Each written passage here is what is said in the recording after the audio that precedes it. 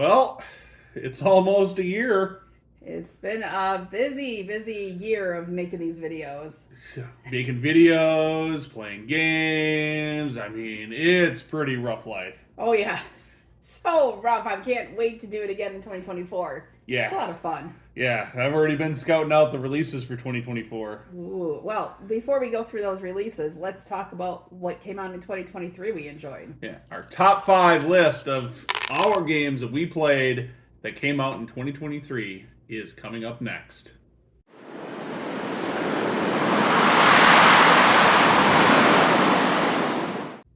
Welcome to Wisco Dice! Hey yo folks, I am your host, the Conesy with the most, and I am joined today by... Hey, I'm Suzanne. Hey, and today is a wonderful day where we're going to talk about games, and more games. Are you excited for that? I am so excited. I love games. I If you guys didn't realize that. I also might have had a wee bit of coffee today. Did you, huh? I think 4 cups. It's a little bit more than my normal, so I am a bit had hyper. zero coffee today. Bit hyper. But I You had did. still energy. Yeah, well, I don't know where it came from. Because we are talking about games, and I love tabletop gaming. Exactly. So lots of energy, and this year, 2023? Yes. Last I checked, it was. Yes. It's almost over. It is. And as the PHE, the Public Health Emergency COVID stuff, was kind of finishing up, we started seeing an influx of games coming to market. Or Kickstarters getting to us. So we had a lot of games that came out in 2023 that we played. There were a lot of games it's one of the biggest years for new games being released. Yes. So, and there were a lot of really good games that came out this year. There were, but we narrowed it down to our top 5. Yep. It was hard. It was very difficult. That were released to the consumers, that the consumers could purchase or get their hands on in 2023. Mm-hmm. And our top 5 that we enjoyed. Yes, so these are games that we had a chance to play or had a chance to maybe demo, or we knew enough about it we feel confident to put it in the top 5. Yep. Or these are games that these are games that had to be able to be in consumers' hands and be able to go to your friendly local gaming store to be able to purchase. So nothing outside of that. No, like, oh, hey, it came to Kickstarter, we got a preview copy, or we got a preview demo or something like that. None of that stuff is on this list. These are games that you should be able to hopefully have had an opportunity to actually purchase and take home this year. Many of these games are probably still available in retail right now. Yes, I actually know several of mine are. Perfect. So with that, what should folks make sure that they do right before we start talking about these games? If you want to hear our list, you should go down and smash that like button. And then subscribe to our channel if you haven't already, so you can hear more of our likes and dislikes related to gaming. Absolutely. And what we encourage you to do more than that is make sure that whatever channels you love out there that are in the board gaming community, that you make sure that you do those things for those channels. And if that happens to be us, thank you so much. We appreciate it. But it goes a mile and a half, whether the channel's small or huge, to helping them get their word out about tabletop games and board gaming. And after all, we're here to try to help build and grow that community even more than it currently is, to continue to get the word out about all these awesome games. Yep. I do want to touch on a couple of honorable mentions. These are games that I really liked, or I had an opportunity to play, and I really considered and maybe should deserve to be on the top 5, but for one reason or the other, I didn't either get enough times to play them, or the opportunity to revisit it didn't come up, or there's just some element of this that I'll kind of mention as I talk about these games in a little bit more detail. So my honorable mentions are Raising Robots from Nauvoo Games. No I think way. I'm surprised. We didn't talk about that one at all ahead of this. Wow. Now, I mean, I enjoyed it too, but I we really really, did. I really was surprised by this game and our playthrough, and that was like a learning game, Yep. so plenty of mistakes were made. But we figured it out, which is quite commonly how we learn to play games. Now that is unfortunately it's only a learning game, and while I had a lot of fun, and once I understood the mechanics, I was really into the game, Yeah. and I think I might even won. I can't Yes, remember. you beat me by 1 point, I It was believe. really close, and Can't get but much closer. it was one play, and it wasn't with like a full batch of players. No, it was So just two of us. I don't always like. I really this is a game I want to experience with more players. I think it has a really good opportunity to be successful at more players. And it's a game that we just got, so I haven't had a good chance to Yep. explore it in more detail or more fully. So it was good. It was really enjoyable. I'm not sure if it outranks any of the games on my list. Yeah, and that was published by, was it Navu Navu Games? Games, yep. And it was a Kickstarter I backed simply because it said engine building and it had robots in it. Yeah, And yeah, I no, just backed it. I don't even think he was like, "Why'd you back that?"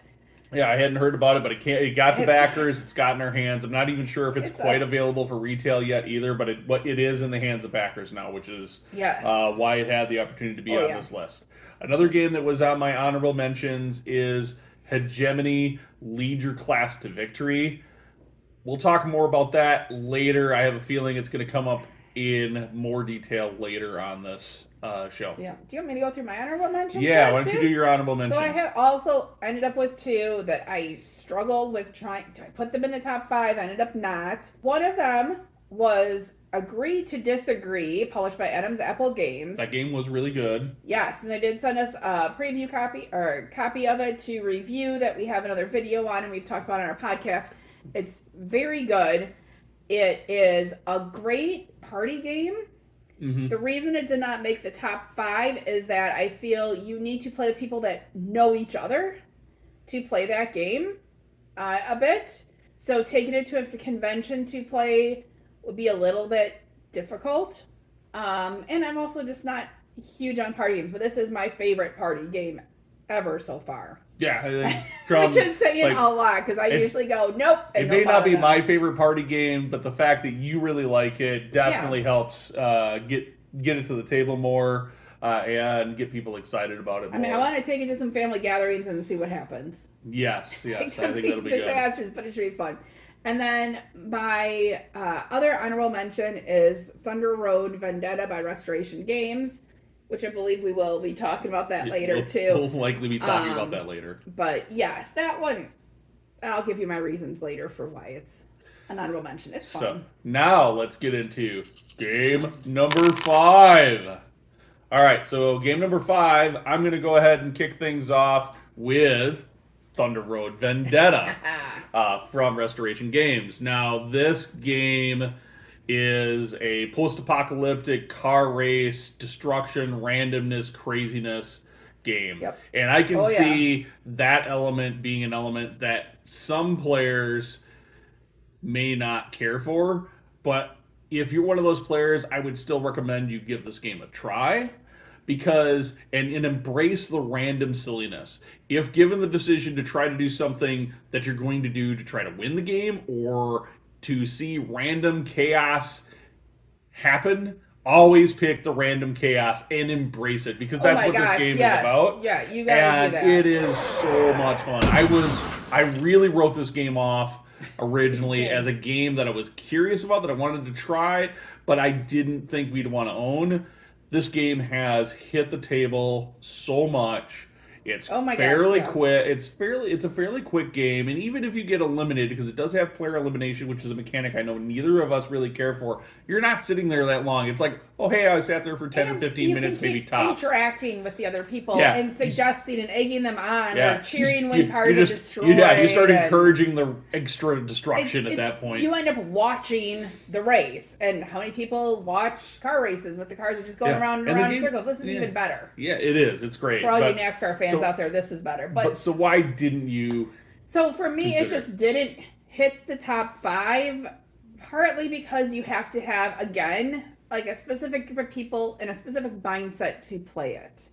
And I sometimes worry that we're going to have someone who is going to take it very personally when you go after their car and not get that it's a game or that this is, what this game is about.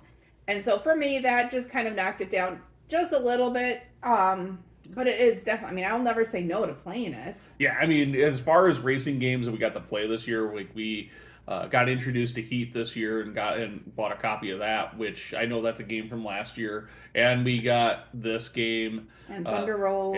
and yep, Thunder Thunder Rolls, that one we like which too. we haven't got to our gaming group yet, but no, we did like but we that. enjoy it. Of those, this one is the one that hits the table the most. Yes. And seems to be the one that everybody enjoys the most. That said, I really wish I had some expansion content to this beyond the base game because it's started to feel a little samey when we play it. Yep, that is a very good point too. So it's still fun to play. I'll keep playing Absolutely. it. So that was Thunder Rolls Vendetta, published by Restoration Games. My number 5 is one many of you have possibly played. It is Castles of Burgundy, but I'm putting it in here because they had the special edition that came out with the expansions and the upgraded components. That it's Awakened Realms. So Castles of Burgundy Special Edition by Awakened Realms. So this is the blinged up, souped up version of Castles of Burgundy, tile laying, tile drafting, dice rolling game that I just feel like it's a very calm game. It's got some expansion content in it, and you're kind of doing your own thing, but there's some player interaction, and you're just, I don't know. I find it very relaxing to play, which I love. So I played this for the first time ever this year. Yeah, on our copy. He had not. I thought for sure he'd have played it before. No, I don't think anybody that we normally game with has this game in their we do collections other than our friend who doesn't unshrink wrap his games. I've seen it in a couple other people's homes, but that's all right. All right, but either way, it hasn't gotten to the table at any of those. Like, I have not had the opportunity to play it for whatever reason, and I'm going to be honest. Like in our 2-player play, I wasn't blown away by it. No. That said, I'd like to play it again, and I'd like to play it with a few more people. To get another experience with it. A lot of people have talked this up as a really good game, but for me, it just didn't grab me. It certainly felt like a game that it was published many years ago. Yeah. And that's some of the appeal. It's a classic. I see why it's a classic. I see why when it came out, but I think if this game came out today, I really wonder if it would have done very well. Yeah. So there's a nostalgia factor to this game. You happen to have played it, I think, a bunch on BGA as well, which so you have a really good understanding of the game and how it works mechanically. And that might also be part of my lack of really being excited about it, because it is a game that I'm really glad we have in our collection because it is such a classic and there is that nostalgia around it, and I love having classic games in our collection. But at the same time, I'm kind of torn because it didn't really. I think I was expecting it to be a much better game than it was because of all of the talk and lead up and people who say that this game is just a brilliant, great game. So it definitely wasn't bad. I didn't think it was a bad game at all. It just didn't blow me up. It's not going to make my list anywhere, by the way. I'd love to hear other people's opinions, but for me, it does play different at 2 players versus 3 and 4 player counts. And I do prefer it at the 3 and 4 player counts, but we'll play it at 2. So anyway, that's and it has hit the table here at 3 players. It just I wasn't at that table because we were playing something else here. Yep. So anyway, so what's next? So game number 4. All right. So for game number 4, I've got Dawn of Ulos from Thunderworks Games.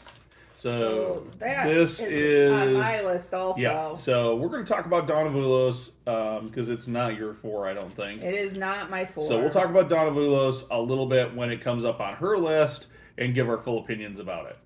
All right, so my game number 4 is Hegemony by Hegemonic Games. And that we have had a friend who brought it to GameholeCon convention here in Madison and invited us to play with him. And I really wanted to play it because I heard good things about it. It was interesting. I usually don't care for economic games, but this one just it really kind of wowed me. Yes, it's gonna be long. It's gonna be hard to get to the table, but you're gonna play it with people that are very dedicated to it, and how the different classes worked. I just thought it was really well done.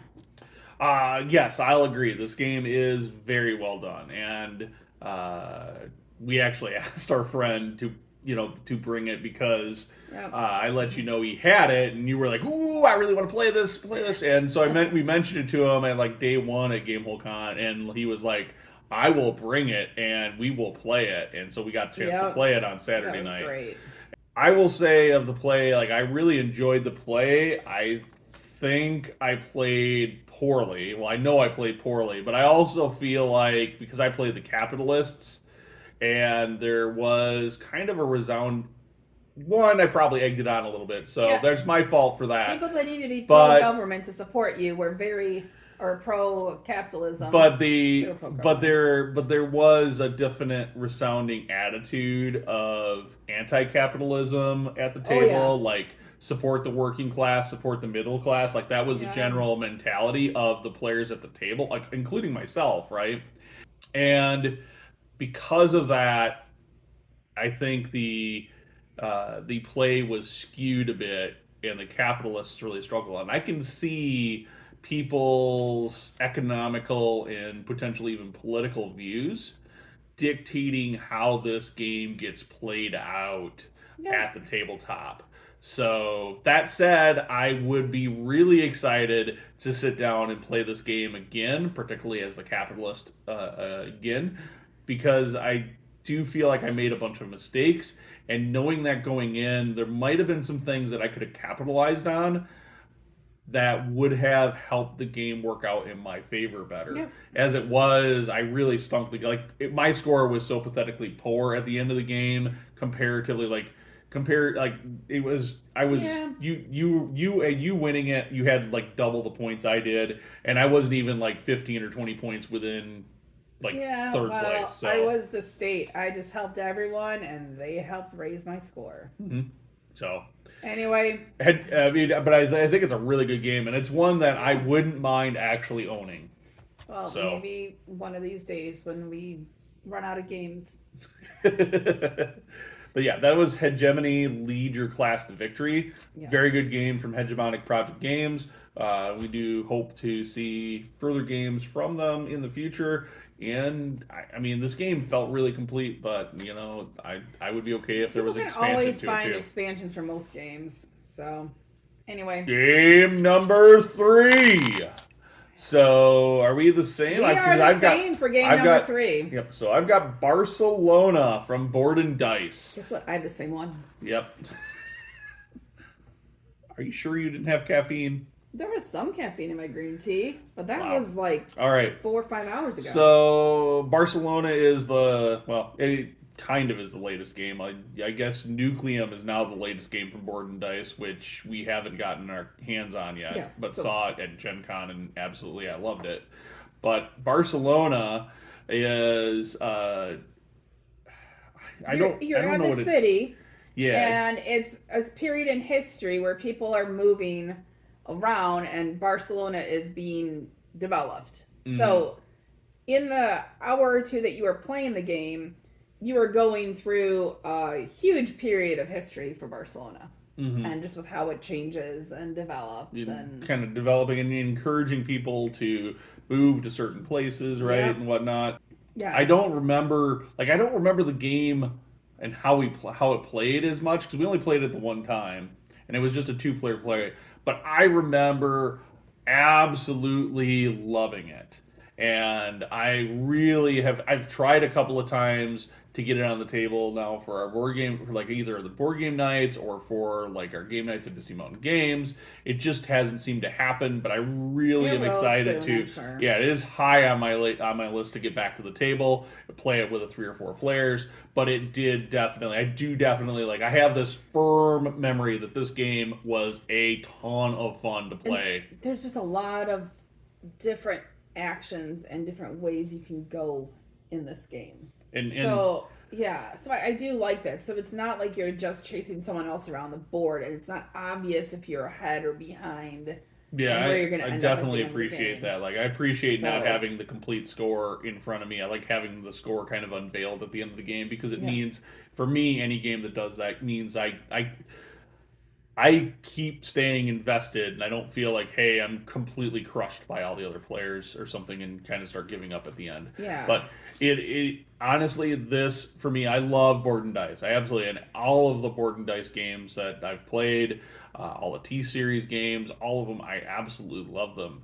But this, in my opinion, after the past 3 or 4 releases that I have played from Board and Dice, this one is the best release that they have had of recent history. So last couple of years, I think. yeah. It's got the most color too, Yeah, it was which I surprising. It did think have that color, which is maybe played a part into drawing more people's attention to it. yeah. So, So anyways, that was number yeah, 3 for Barcelona us. from Board and Dice, which gets us down to game number 2. Which we are going to skip over my game number 2 because it is ranked higher on Conesy's. Well, we'll talk about it in a Scale. second. At least Yeah. we'll mention it. So, my game number 2 is Age of Innovation from Capstone Games and Spiel. Yeah, Age of Innovation is the next up in the Terra Mystica family of games. So it's running very similarly that same Terra Mystica engine. Where you are going to be terraforming the landscape to your your home terrain type. You're going to be establishing buildings and then upgrading those buildings and gaining power and working on various tracks and ultimately to score a whole lot of points by the end of the game. So this is, I would really call Age of Innovation, it's Terra Mystica 2.0 or Terra Mystica Second Edition. It is the very similar in the same structured game board. It's the same, very similar in all the tracks. They do add a couple of new components and definitely have themed it in a way that it makes it feel like you're learning and working towards developing technologies and things like that more than in a previous game, but it definitely feels very much like Terra Mystica, and they have definitely innovated in all the right ways to make this game stand out and be different than the original Terra Mystica experience. And for that, I definitely keep it on this list. Terra Mystica being my favorite game of all time. It's no surprise that this is on the list as well. That said, I still haven't made up my mind if this game is actually my favorite over Terra Mystica, but it definitely is rapidly getting up there into my top 10 board games that are my favorites of all time. Well, I can say this is not my favorite over Terra Mystica. It's a very good game. If you are looking for a Terra Mystica type game and you don't have anything yet, go and get it. For me, it just, there's something I like, maybe because I just play Terra Mystica more, like about the factions and about how everything looks on the board and everything. I love steampunky games. This one's fine. It's probably my top 10 for the year. It just It, I mean, it's good. more of a same. It is definitely a more of the same kind of engine and the same type of game, with a moderate retheme. And yes, the flavor, like some of the flavor that are in the individual factions, seems to Yeah. have went away. But at the same time, the way the terrain boards with the factions are kind of associated, a number of other things that are happening in the game. I think mechanically this is a better game than Terra It Mystica. might be, but it is a good game. Everyone loves it that's played it, I think. Yeah, I think it's went over very well at the table. Oh yeah. It's great for game nights. And so far I still haven't won it, so there's that too. That is Age of Innovation from Capstone Games and Spiel. All right. What was your game So number 2? my game number 2, which we're going to talk about next, is actually Distilled by Paverson Games. Yeah. So we'll go on to our game number 1. So for my game number 1, my game number 2, her game number 2, it is absolutely Distilled from Paverson Games. Now this is a game that I had to think very hard about putting on this list, and I had to consider a lot because we've got a very good relationship with Dave Beck and Paverson Games. We've had him on the podcast multiple times talking about particularly talking about Distilled, Still, but also uh, the new game the new Luthier. game Luthier. We've met him a couple of times at conventions, and I run Distilled at conventions. I've played Distilled now. I don't know. I probably have close to 8 or 9 plays now of it. It is one of the of physical copies of board games. It is one of the games that I have played the physical copy the most of this Oh year. yeah. Which definitely though, like for me, like when I go back and think about games that came out this year, part of what I consider the best game of the year is how many times did I play it? And yes, this game came out and was in backer hands fairly early in the year, so yes, I got many more opportunities than some of the other games that came out later in the year, like say a Barcelona, which I absolutely loved. But this game definitely stood out for me.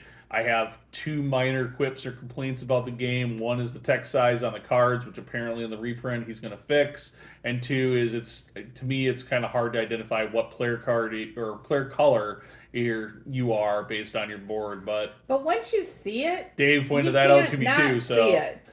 um, yeah, So, so we're really excited about Distilled. I'm This is a game that I have a feeling will continue to get to the table next year several times, oh which yeah. is which puts it right up there for me, up there with games like Arc Nova and what else do we what else I can't even think. But Arc Nova I know was my game of the year last year, and it absolutely still gets to the table, which Oh is yeah. an important thing to say, especially since Arc Nova is now on BGA. And it's got the Marine Worlds expansion. All right, so that That's is my my number one game. Her number two. two, Distilled from Papers and Games. What is your number one game? So I'll wrap it up with my number one, which is Dawn of Ulos by Thunderworks Games. Which, if you were waiting for this to come up again, because I mentioned it earlier, it's finally here. So this game, you look at the box art, you think it's fighting. It's not a combat game. It was explained to me after I had played it that it was an economic game, which would have turned me off immediately. But if you don't like economic games, give this one a try. You are these gods that are bringing races through portals into this planet, and then you are putting stock in them and helping them expand and grow their area of control of the planet. And then players will basically bid on them or try and support them to see who, like with battles. And you all players can be working for, like, hey, we want the Frogkins to win this and get rewards. So you as a player never have territories to worry about. It's everyone helping these different species conquer this planet and conquer each other. So I don't know, I just found it really fun, and I've enjoyed teaching it to other people at the conventions and everything too. Yeah, I think the game So art on the box is a little misleading as to what this game is, because this game is not an area control game. it's It not really super is an violent. economic game, Yeah. but you don't have to think about it that way, because it's also a very interesting take on how theology in a fantasy role playing scenario or fantasy scenario works, where you have like a multi deity pantheon, and how the gods don't in those fantasy worlds seem to be fickle and don't really support things. Well, now this is a really good take on why that is and what the mechanics are behind the background behind it, because as you're supporting, maybe say the dwarves on the board, okay, maybe you're supporting them early because yes, the dwarves are just starting to establish themselves, so they need, you can invest fairly cheaply your resources to collect more dwarf cards, and that dwarf cards represent the amount of Stock you have in them, shares, shares, basically the yeah. shares and dwarfs you have. But you could think of it in from a theme perspective. It is the amount of dwarven followers Yes. you're getting, Yep.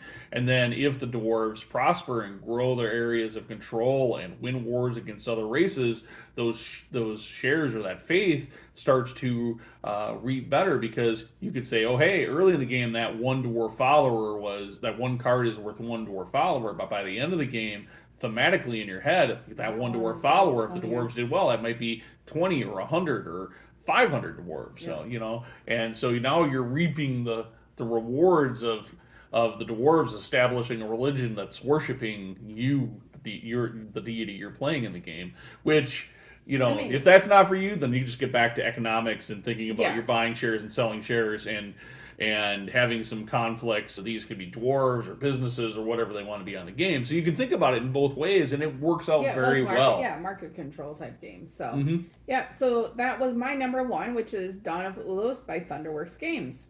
All right, well, that is 5 really awesome standout games Plus from a this couple year, honorable mentions. plus a couple honorable mentions.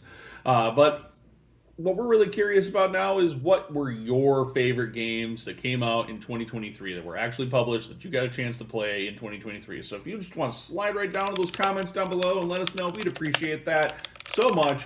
And of course, we do a pretty good job of interacting with anybody that posts. So yeah, let us know, and we'll let you know what we think of those games as well. There were definitely games that we didn't get to play this year that I am really excited to play, going through the list of games that were published on Board Game Geek. So if we didn't mention the game or games that you're really excited about, chances are really good we didn't get a chance to play it, or we didn't have a copy of it available to us. So don't worry, don't fret. We'll hopefully get a copy or get a chance to play some of those games. And some of those games we might not even have heard of, it because it's been a ridiculous year for publishing new games. Yes. All right. Anyways, thanks for watching, everyone. Hey there, it's Conesy. Thank you so much for watching. We put out videos weekly here at Wisco Dice. Check out our channel for more great videos, and don't forget to subscribe. We also have more great content on our website at wiscodice.com. Of course, we do this all for you, the viewers. So please like the video if you enjoyed it, and thanks for watching.